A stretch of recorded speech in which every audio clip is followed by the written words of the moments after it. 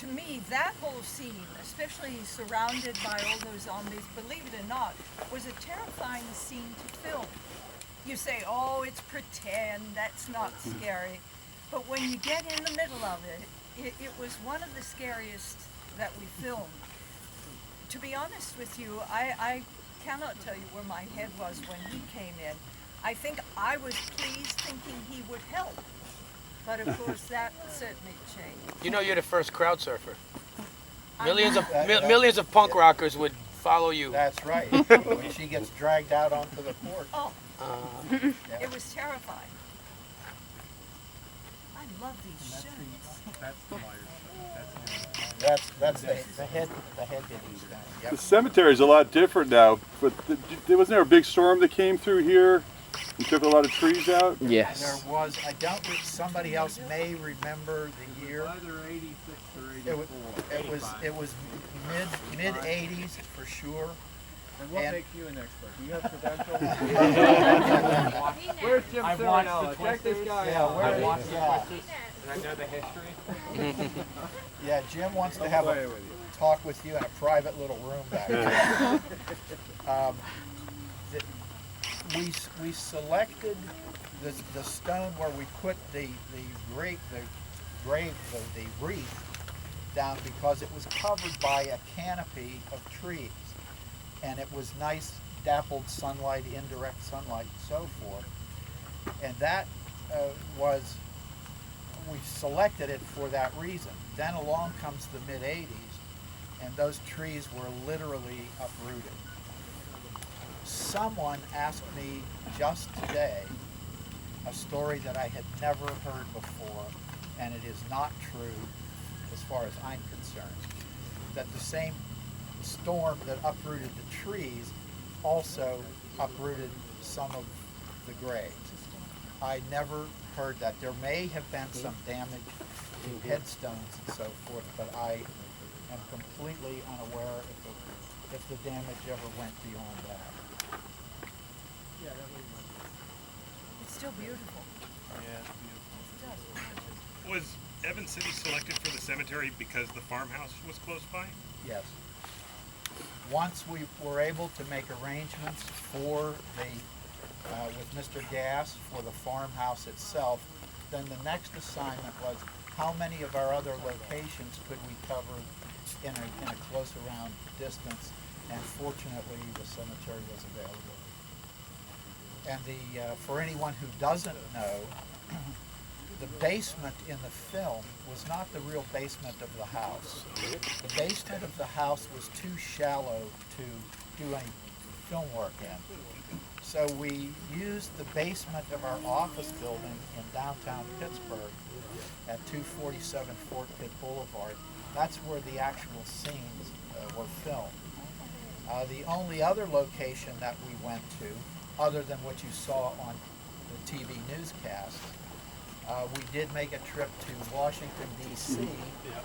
because we wanted to lend that little bit of authenticity to the storyline, so we caravaned down to Washington, D.C. and filmed the one scene there. Other than that, everything was either at the farmhouse or here, or pretty close by.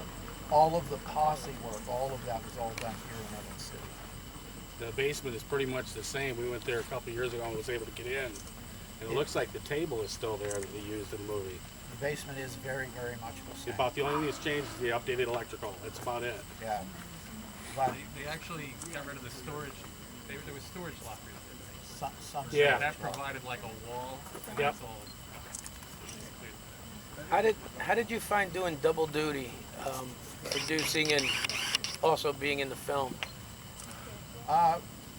that was actually pretty much fun. The principal responsibility was as a producer, along with Carl Hardman. And the Johnny scenes were so, I mean, we had 2 days of shooting here at the cemetery, the first day and the very last day, and then Johnny had a nighttime scene when he comes back and re-enters the house. So as a performer, It was relatively easy duty. I only had 3 days of filming. Then we did pickups. We came back out here in, it must have been, what, September? Maybe October. Maybe October.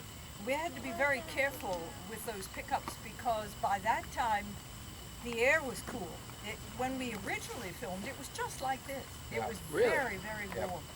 But the pickups, we had to watch that we didn't get the breath frost, puffs, etc. How surprised were you at the success of the film at the time? Very surprised, not just then, but even today. I Oh. mean, it is a constant amazement to me, and I assume others, Absolutely. that we are now talking about a movie that is 45 years after the fact. To be honest and candid, there aren't too many, in our disposable pop culture society, there aren't too many movies that hold up for 45 or 50 years. That's a fact. And Night of the Living Dead has fortunately come into a pretty special class unto itself. I feel it's more like the cornerstone of all the horror movies, No, it is. Yeah. you know? And we're very proud of that. Oh, indeed. Just to think that you're here, that literally 45 years later, you're still willing to support the film, it is really awesome for me.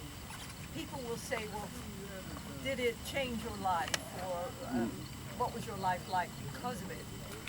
It's very true. It did change our lives. It certainly changed mine. I can give you a wonderful example. I ended up teaching people how to stand up and present.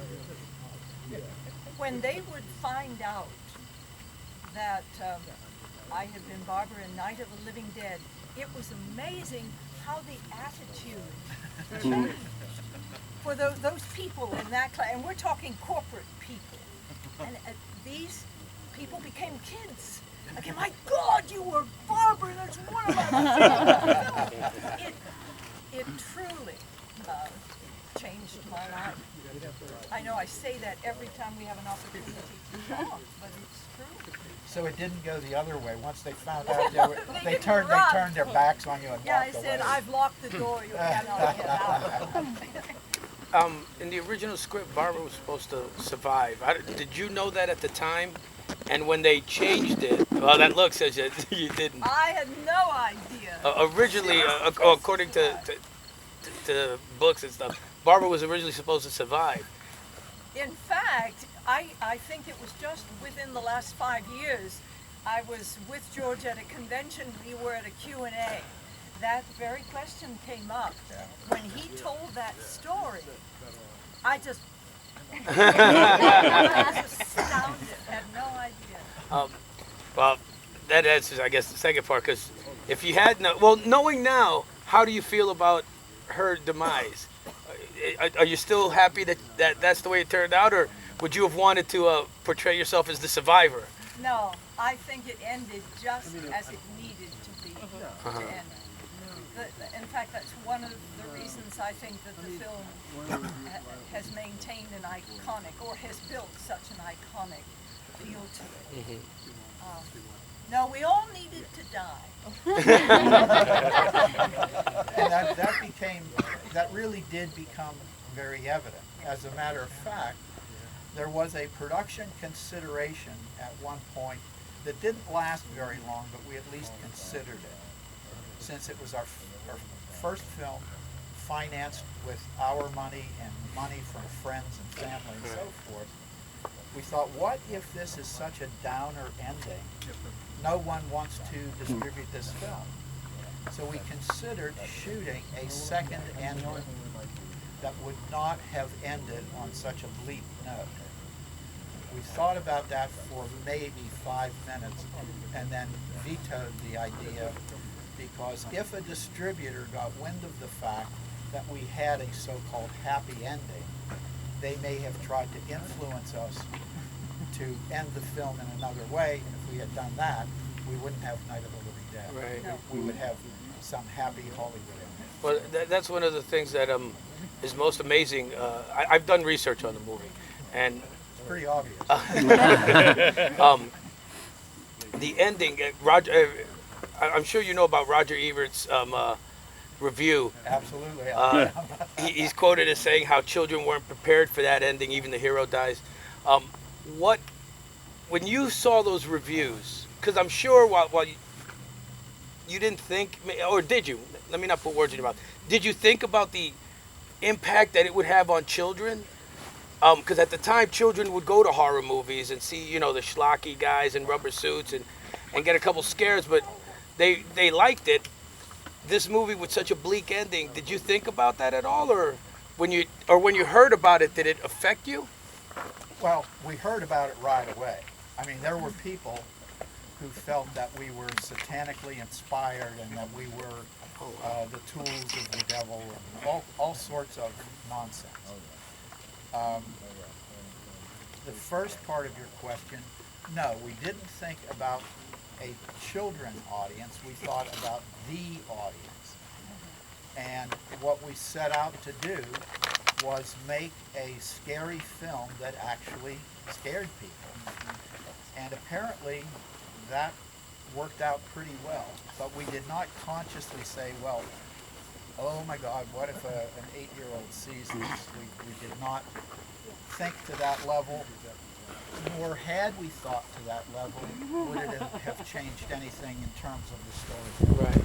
My parents were literally called by people who had seen the film. The comments to them were, how could you let your daughter be in? Going back to my own history of horror, being scared, when I was about 7 or 8, maybe you've already heard this story because I know I've told it a lot. I saw The House of Wax with Vincent Price. And when she pounds on his wax face and it crumbles and there is that guy underneath it, it was so terrifying to me that I literally pulled my parents out of the theater. We had to leave. So believe me, the thought that we have scared some children so deeply, I can totally relate. Well, I was one of them. I told you a story. When I saw it when I was 7, and me stepping in here to this cemetery is a big deal because when my parents passed away, I had a hard time going into the cemetery because I really thought they were going to come out and get me. So yeah, it definitely impacted at least one kid. Well, there's the other side of that equation, and where I felt some of the early criticism of Night of the Living Dead was misplaced, specifically in the Siskel and Ebert article. When they wrote their review of the picture, first of all, the very first review that came out of the picture was from the Variety newspaper. Oh, and they blasted. And that was scathing. They blasted you, This is maybe the worst film that has ever been made. And they went on and on. This grainy little film from Pittsburgh and so forth. Very, very not good. And we were disappointed at that because Variety at that time was a big deal. It still is. In terms of the other criticisms, kids being frightened in theaters and that sort of thing, it was true then and is still true today that at some point parental responsibility needs to kick in. When you drop your kid off at a Saturday matinee movie that says Night of the Living Dead, as a parent, you might want to think, I wonder if it's okay for Sarah to see this film, So, and that's not by way of washing our hands of it, but we would not have changed, even if we knew beforehand that there would be that kind of criticism. it wouldn't have changed how we told the story. Or your dad takes you to the drive-in when you're 4 to go see it. But at Did least, that happen to you? Yes, but at least you have the security of being with your family definitely. in a car. A drive-in with a cemetery behind it. Well, Oh, there And you then I go. was, Let me tell you, when and then I everybody was offered to take a walk after the movie was over. when everybody dies, all you're thinking is that your parents are gonna die with you. They're not real secure. Well, wasn't that the time too when the rating system was just beginning to be formed? Yeah. They had no idea what they Well, were going it wasn't even in place at that point. Yeah, I think so. It came in 1 month later. Our film was released in October. The MPAA rating system went into effect in November. Had it been 1 month earlier, one way or another, there is no doubt in my mind we would have at that time received what was an X. An X rating. Yeah. Yeah.